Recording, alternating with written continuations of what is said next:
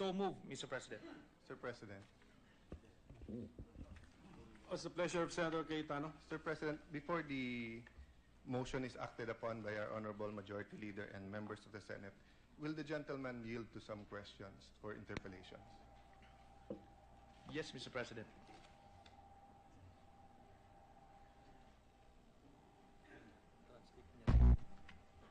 Thank you, Mr. President. Mr. President, this is very serious allegations. And since I think my colleague in the Senate na diretsuhan niya na sinabi, and the Bible says the truth shall set us free, so that means that either we have a mass murderer as a president or we have mass liars as his critics. Because the two cannot coexist with each other. And I thought that's why we have the committee system, so that we can ferret that out in the committee, because the presentation today here was actually in violation of our rules. Because when a matter is already referred to a committee and being discussed and heard, it is for that committee, unless we are asking the plenary to reverse. Having said that, it is the right of the gentleman to bring these things up. I didn't want to be accused of gagging him or not allowing him to speak. But I ask for his patience. I know this is a very emotional issue for all Filipinos. But as he is doing his job, may he allow me to do my job. My first question, Mr. President, is Your Honor, Senator Trillanes. Have you experienced a custodial investigation or a preliminary investigation? By any chance? No? Yes, Mr. President. Quite a lot, as far as I can recall. Well, thank you for that. Yes, being an experienced senator, and I forgot that you passed through that, no? Because being a political science student and a lawyer, we were required to observe. So like sa akin po, sa Fiskalya ng Manila. And when and I wanted to point it out, the point he was making about the affidavit and sworn statement, nasabi kasi nung gentleman that English kasi to, kaya hindi naintindihan. Is it correct, Your Honor, Mr. President, Senator Trillanes, that sa custodial investigation, sa PI, and when the NBI, police, or fiscals talk to the witnesses, they are talked in their native language, not in English? Hindi po ba? I wouldn't have an idea. Yes, that is the standard rule in the preliminary investigation, because if not, that will not only be a violation of their rights, it will be a criminal case against those who are taking his statement, because it will be perjury on their side, because they will be putting words in the mouth of the witness. So my next question, sir, have you read the affidavit of Mr. Motobato submitted to the NBI? Yes, Mr. President. Did you notice anything about why it was in English? Well, I believe it's a standard report of... anyway, let me just correct the gentleman that it is not technically an affidavit. It was a sworn statement, Mr. President. That's one and the same thing, but I'll not argue with him there. Let me just read the first paragraph. But Mr. President, it may be one in the same thing for lawyers, but for a grade 1 student, let us not assume that it is so, Well, Mr. President. Thank you, Mr. President. That's a good point. I will go to that later.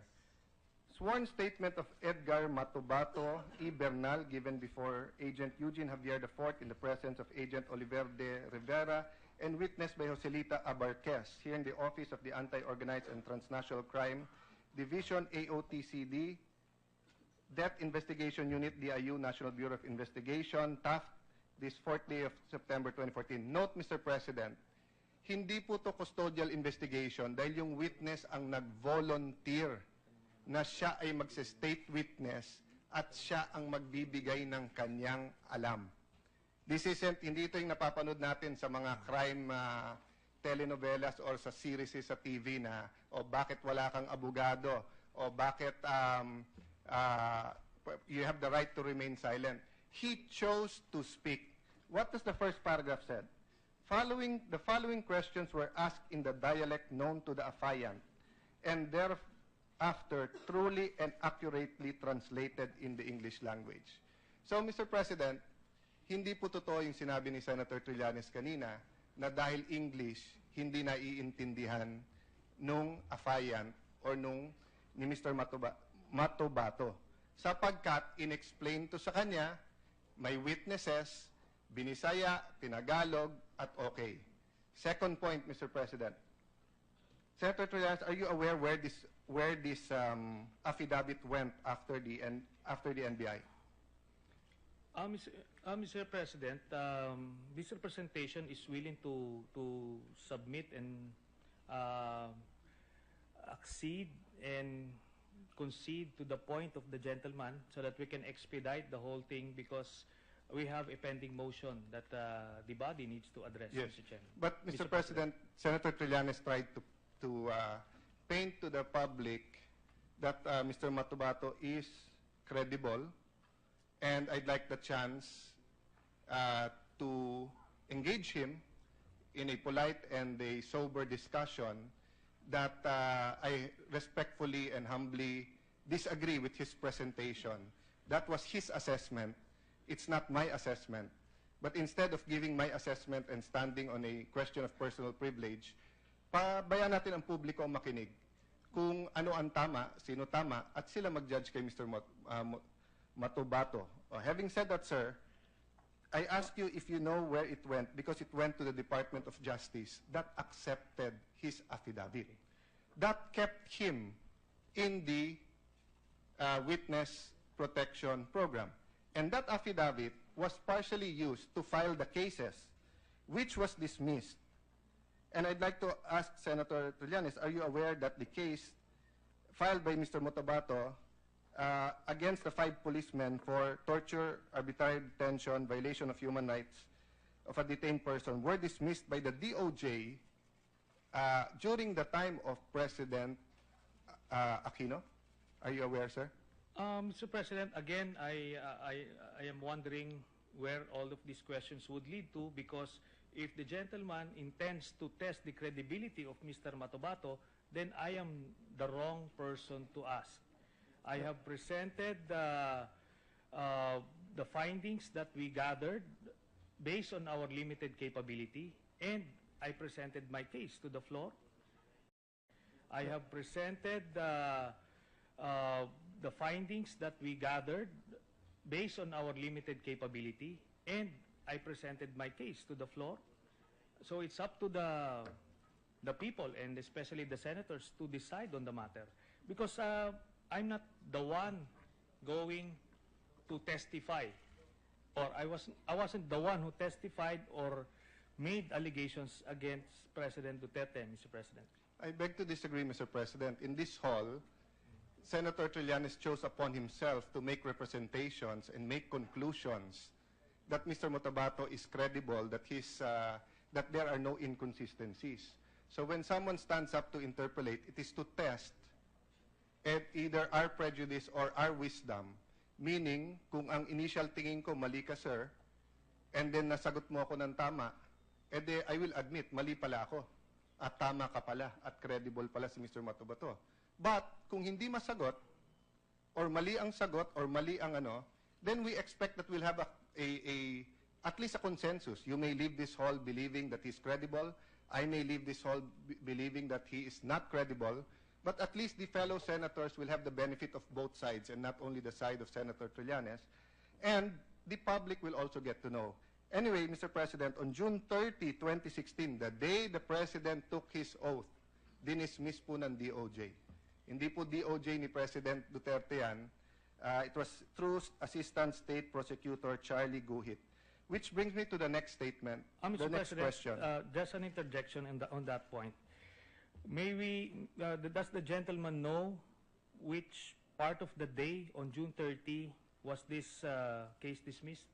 Sir President, Because on June 30 in the afternoon, President Duterte already assumed as President of the Republic. let's find out, Mr. President. So but the my gentleman apparently is not aware also of these details, which is very essential to the Yes. whole point that he's making, Mr. President, being a lawyer, I know for a fact that the DOJ Secretary cannot dismiss it by himself.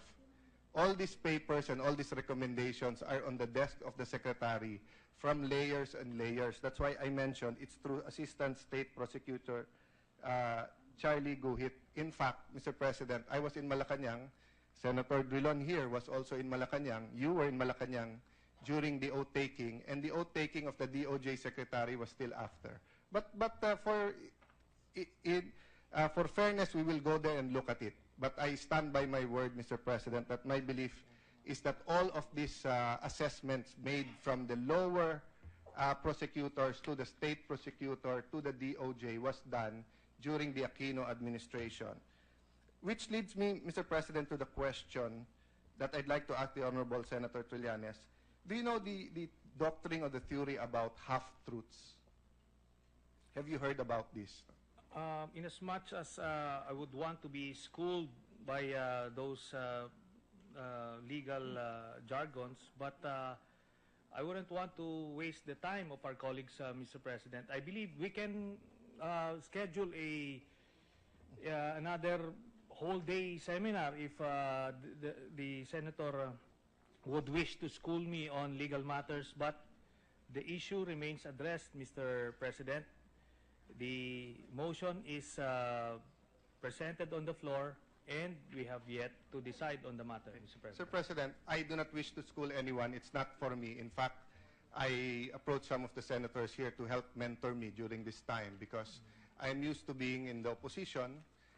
There's much for me to learn. But I bring up the doctrine or the concept of half-truths because this is what criminals use, and this is what people na naninira or people who want to destroy the credibility of others use. What is the concept of half-truths?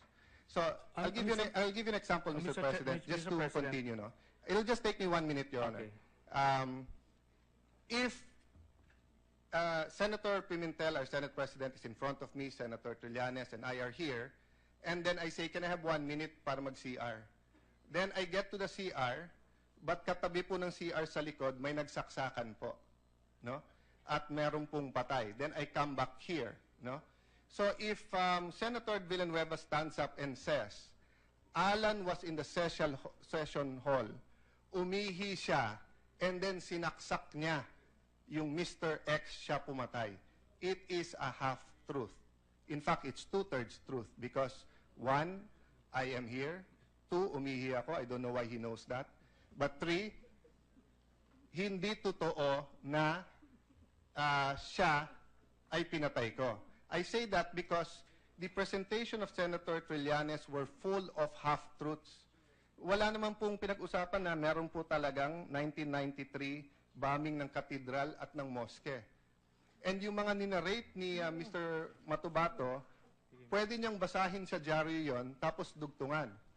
That goes to my second question, my third question, Senator Trillanes, Mr. President. The nature of the testimony has to be or cannot be hearsay. So may I ask the good senator, how much of the testimony, in his opinion, of Mr. Matubato was hearsay? Well, let me address the first point first, Mr. President, because the gentleman has a tendency to jump from one subject to the other. Okay, on the first point that he mentioned regarding the doctrine of half-truths being used by criminals and liars, I would concede and accept the argument of the senator because apparently he may be following the doctrine of it takes one to know one. Now, let me go to the next point. He mentioned that Mr. Matubato didn't say anything about the 1993 bombing of the cathedral. Now, I direct him to page 16 of the transcript of the September 15, 2016 hearing of the Committee on Justice. And I quote, "Oo, rebel returnees At saka pulis, nagkuan na kami, yon mga opisyal na namin. 1993, binomba ang katedral ng Davao City, yung simbahan. Umorder naman si Mayor Duterte nga masakerin yung mga moske ng mga Muslim. Now, just this point would highlight the example that it is the gentleman who is practicing that doctrine of half-truths being used by criminals and liars. So, there's so many of that. That's why we needed to present the truth in this earlier presentation, because precisely the gentleman twisted so many information, so many facts during the last hearing. Again, Mr. President, if the gentleman is opposing, then I believe it is time to divide the House. I'm not Mr. President. opposing yet. I ask if he's willing to be interpellated. Kung tatakbo siya, ayaw na niya. Kung ayaw niya magpa-interpellate, that's his call. But usually, Mr. President, because this is a hall of gentlemen and ladies, in the same patience that we sat here and listened to his presentation, usually, the senators also patiently ask for questions, receive the questions, answer them. Actually, Mr. President, it's quite parliamentary to say it takes one to know one, but I'll not take any offense. I'm used to that kind of, even now sa cellphone, araw-araw, there's a brigade to curse, etc., me, and etc., and it's okay. But I'll just follow his logic. It takes one to know one. So he says, I'm a person of half-truth. That's why huli ko si Matubato na nag-half-truth. So siya na rin nag-admit na si Matubato is using half-truths. Following his own logic. I will sacrifice my own credibility. If he is saying it takes one to know one, so, and I know that half-truths ang ginagamit ni Mr. Matubato, so he's admitting that his own witness, or the witness that he stood up to protect or to explain, expound. But having said that, Mr. President, hindi po ako ang testigo. So if I use half-truths or if I use misleading, leading questions as a senator to get to the truth, that is allowed. Yung pong hindi allowed, yung witness na hindi niya sasabihin ang katotohanan. Bakit po? If you notice, Mr. President, and I see the famous Secretary Barbo right in front of me, he's famous during the impeachment of of a former president, where he again and again said, if you remember that, Secretary Barbo, do you swear to tell the truth, the whole truth, and nothing but the truth? Because the reality is, you can say a half-truth. I can tell my wife, umuwi ako ng alas 12. Diba? Hindi ako tumingin sa babae. Pero nakapikit pala ako nung kasama ko yung babae. So, hindi whole truth yon, half-truth yon. But I ask that, Mr. President, in coordination with the question of hearsay, with the patience of Senator Trillanes, I didn't jump to a next. It's connected. Again and again, it has been proven. I also have my presentation, but I will not bore you with it. I will submit it to the Committee on Justice. And the good Senator Gordon has instructed us not to lecture the members. He has instructed us that if we have observations, we submit it to the committee, we discuss it among ourselves, then we will vote upon it. So, but because Senator Trillanes brought this up, I am forced to also give my own observations. No? Every time that we look at Mr. Motobato's testimony, he jumps from pretending to have personal knowledge, going to hearsay. The best example dyan is yung kay Mr. Macdum. Sa affidavit po, pinakita na rin po ito ni Senator Trillanes, ang sabi niya, ang sinabi po niya doon, ang sinabi po niya dito ay terrorist lang. Terrorist lang. Tinanong ko siya, asawa yon ng asawa ng pinsan mo. Magpinsan yung asawa nyo. Papatayin mo, sinabi terrorist lang, walang paliwanag. That is contrary to human experience.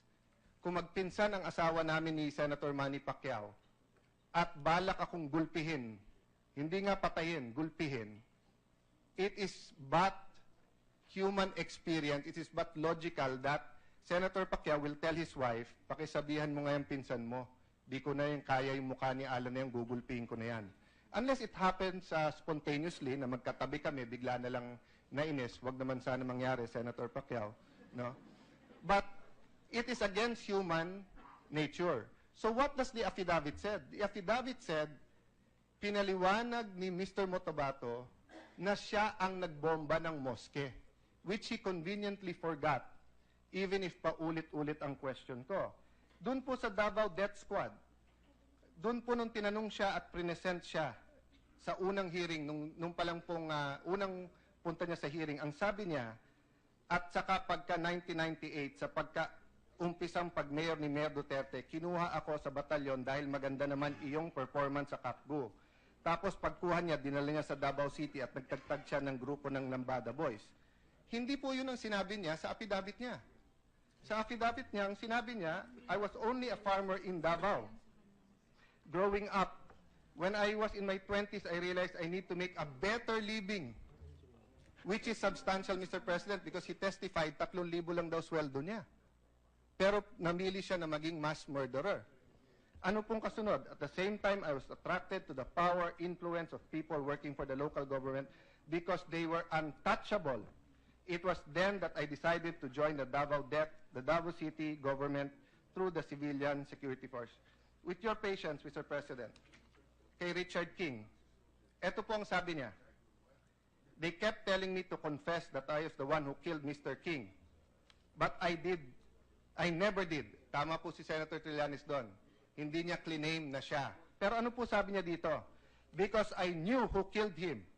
I know SPO2, Renate Medina killed Mr. Richard King. Nobody else in Davao will take a project of this scale and against a person of this level but SPO2, Renate Medina. Mr. President, what did he say in the September 15 hearing? Nagbago. Sabi niya, ang nag-utos niyan ay si Paulo Duterte. Ma'am, ang nag-utos niyan ay si Paulo Duterte, etc. sa McDonald's. Tapos ito sabi niya, word for word to, page 50 to 52 ng transcript. Pagkatapos yung iyon tumira kay Richard King, ay inyong kasamahan ko na rebel returnee na may kasamang pulis doon. Motobato, sila si Joel Tapales alias Turco at saka si Luloy Gabas, ma'am. So, Mr. President, the presentation seems to paste things together to make it appear that the inconsistencies were minor. No, sir. When you change the names of the person who killed, when you change how they were killed, kay Mr. Macdumpo, ang sinabi niya, at paulit-ulit ako, tinanong ko siya, nilaslas nyo ba liig? Sabi niya, hindi. Tinanong ko, tinadtad ba? Hindi. Pero sa affidavit po, or at least ganun po ang concept ng pagtatanong. Sa pagdating po sa affidavit, ang sagot po sa affidavit, nilaslas po nila. So it's very different. That's why my next question, sir, to you, Mr. President, Senator Trillanes, you keep mentioning that if the inconsistencies are minor, that is okay. Are you referring to a Supreme Court decision? Mr. President, my privileged speech was very clear. I presented my case, and I believe the information that we were able to gather merited further investigation. That's why I made the motion. Now, I respect the views of the gentleman, and he can oppose all he wants. But at the end of the day, that motion remains to be addressed. And no matter what I do, I'm confident, and no matter what we can come up with, I am confident that we won't be able to convince the gentleman anyway. So might as well get this over and done with by dividing the House. Mr. President, hindi naman siguro tama yung hit and run dito sa Senado. Yes, he might not be able to convince me, but what about Senator Soto? What about Senator J.V. Hercito behind him? What about the public that is listening? Yung ibig sabihin hit and run, hindi naman pwedeng yung isa magsasalita and then hindi natin tatapusin yung interpellation, doon na kayagad tayo sa motion. That has been the tradition. Kaya nga po na nabuo din yung na kahit nasa yung favorite po na sabihin ni Brother Eddie na tatay po ni Senator Joel Villanueva na kahit sa Plaza Miranda tayo magdebate. Pero dito din po nanggaling sa Senado yun at saka sa Plaza Miranda because walang umaatras po sa debate. What happens po, Mr. President, with your patient, Senator Trillanes? Labas natin lahat ng arguments.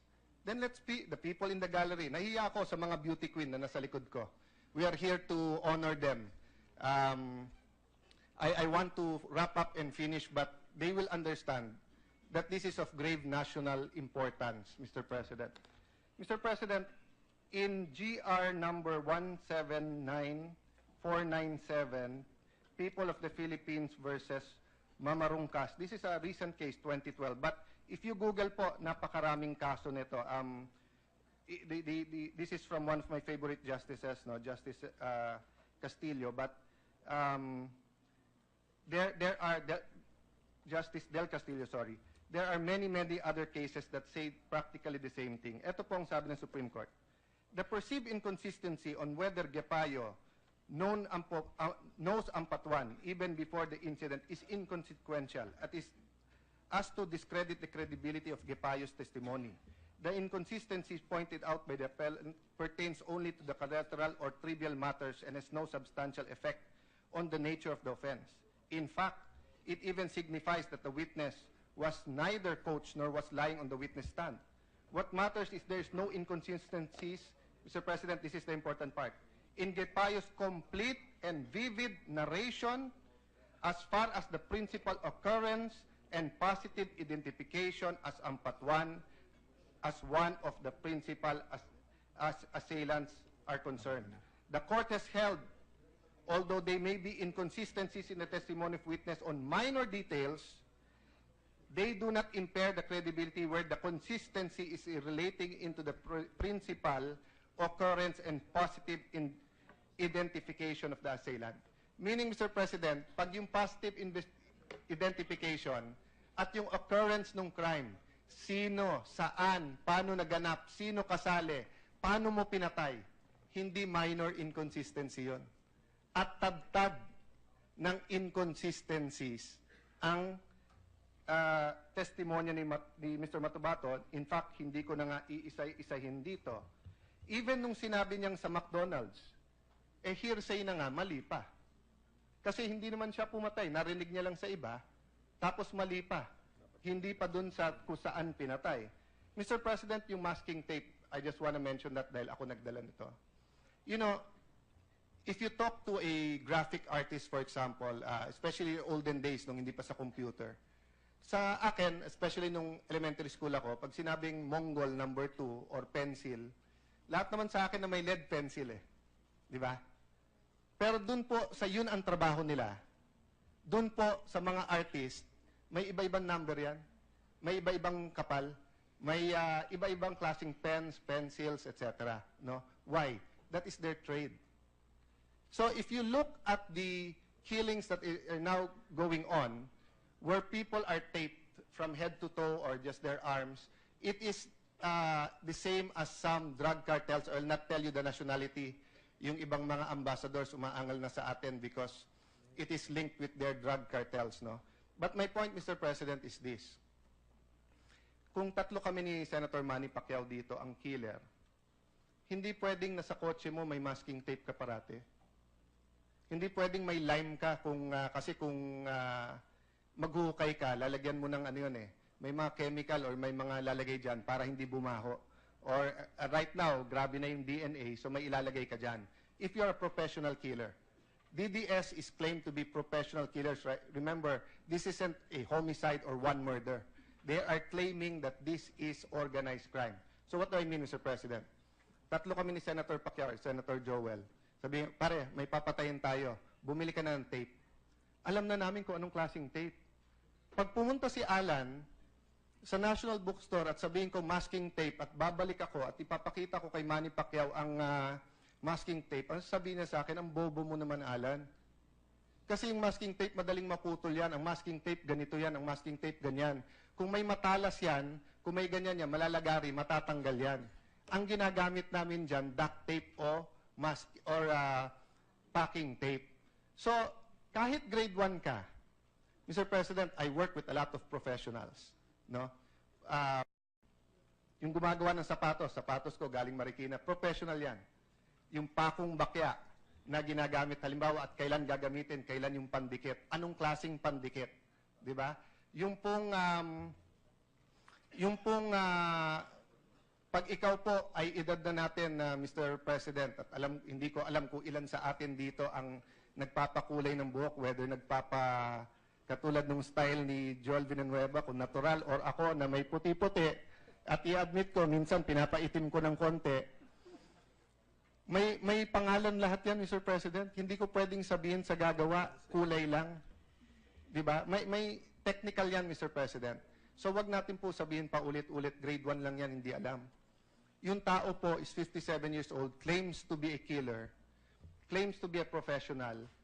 Let's not, every time he makes a mistake, let's not say grade 1 lang yan. Napakaraming magaling na tao na grade 1, hindi nakapag-aral. One of my idols na hindi nakatapos ng college, I think high school, si Senator and then Secretary Ople. And he was one of the best labor secretaries and senators this nation has, no?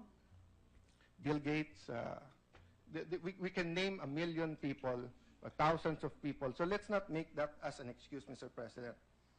Mr. President. Mr. President, let me just interject because the gentleman is saying that this is a debate, but it has been a monologue since around 4:20. Now, I'm confused now. He started with the masking tape, then he jumped to his parlor, whatever, then to Senate President Ople. Where is the debate? I'll show him where the debate is, Mr. President. The debate is when I ask him a question, but he keeps answering me na emotion na.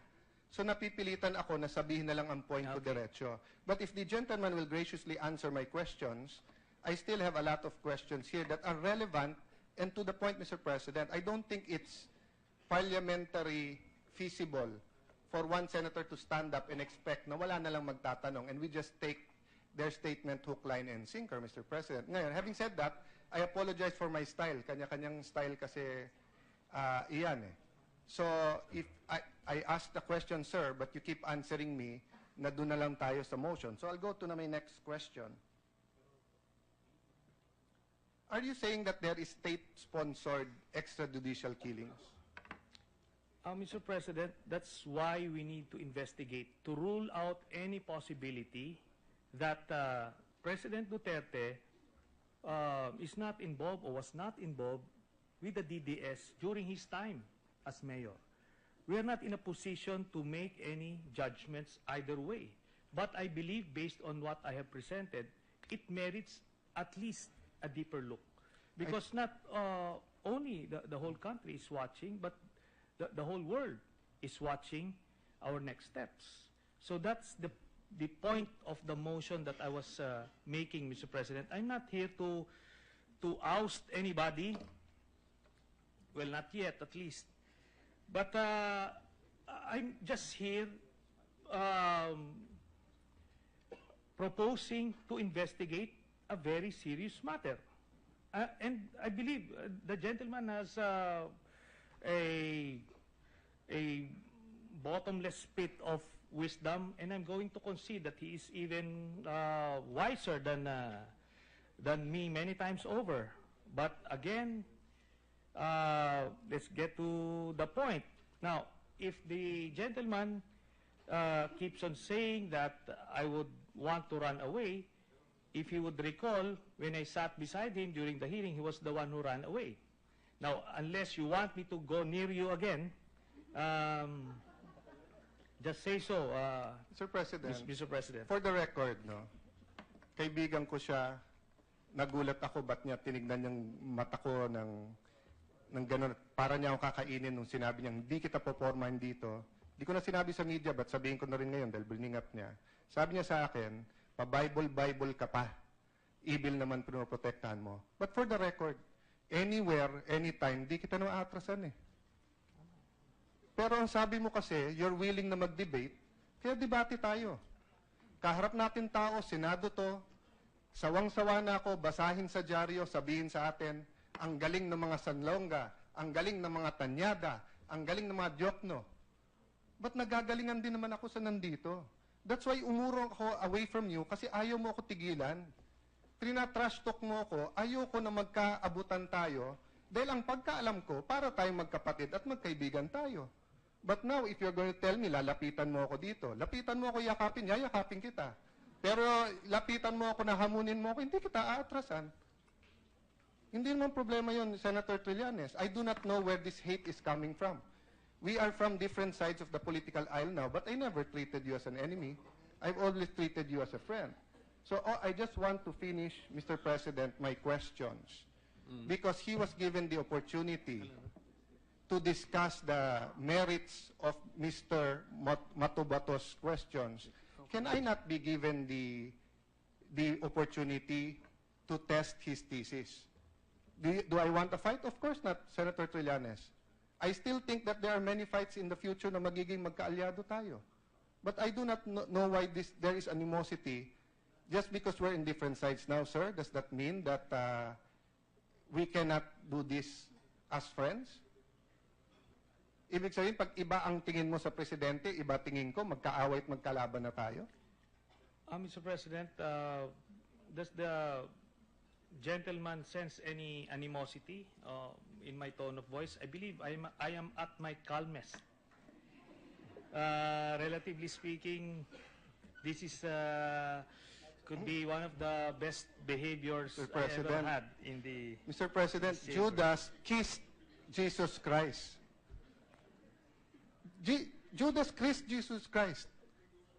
Would Jesus Christ tell him, Judas, wala kang animosity? So that's what I'm saying, Mr. President. I was asking the question, siya po ang sumagot na you want me to come over here. I want to have a discussion with you. We can sit down. To calm us down further, if there is no objection, the chair would like to suspend the session.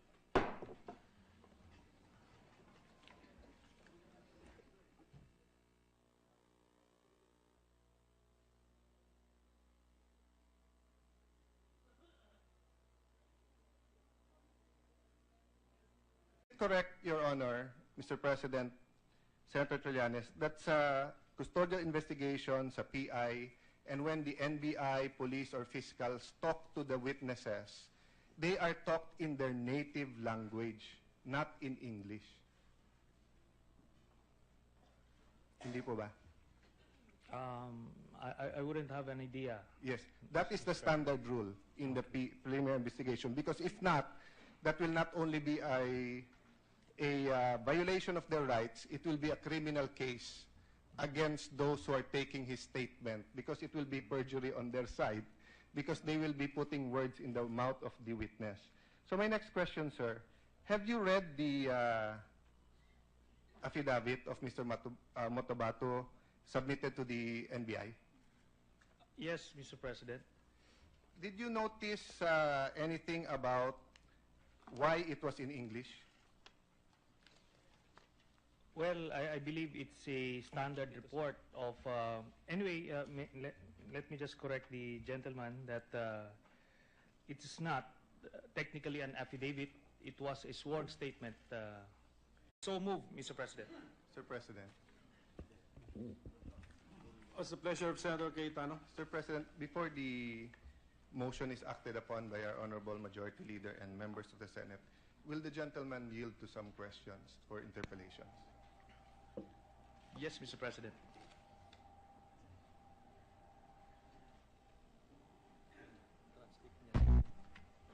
Thank you, Mr. President. Mr. President, this is very serious allegations.